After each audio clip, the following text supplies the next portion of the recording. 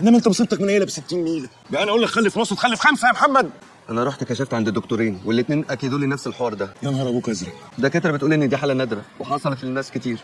انا مش مستوعب الكميه. هصرف عليهم منين دول؟ شكلي هشوف شغلانه تانية وخلاص.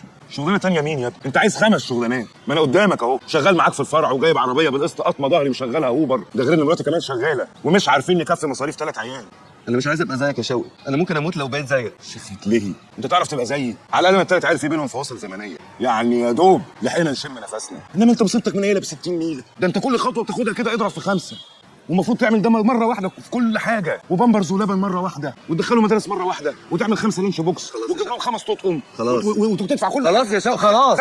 خمسات طول ما انت إيه يا ابني انت عايز مني ايه؟ انا اصلا اول لما عرفت موضوع الحمل ده فكرت انزلهم، بس الدكاتره ربنا يتم منهم ما رضيوش.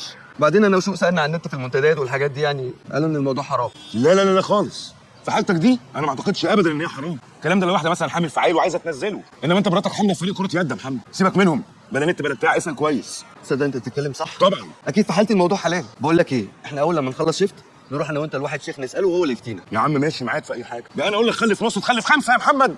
خلاص بقى يا شوقي خلاص. ماشي.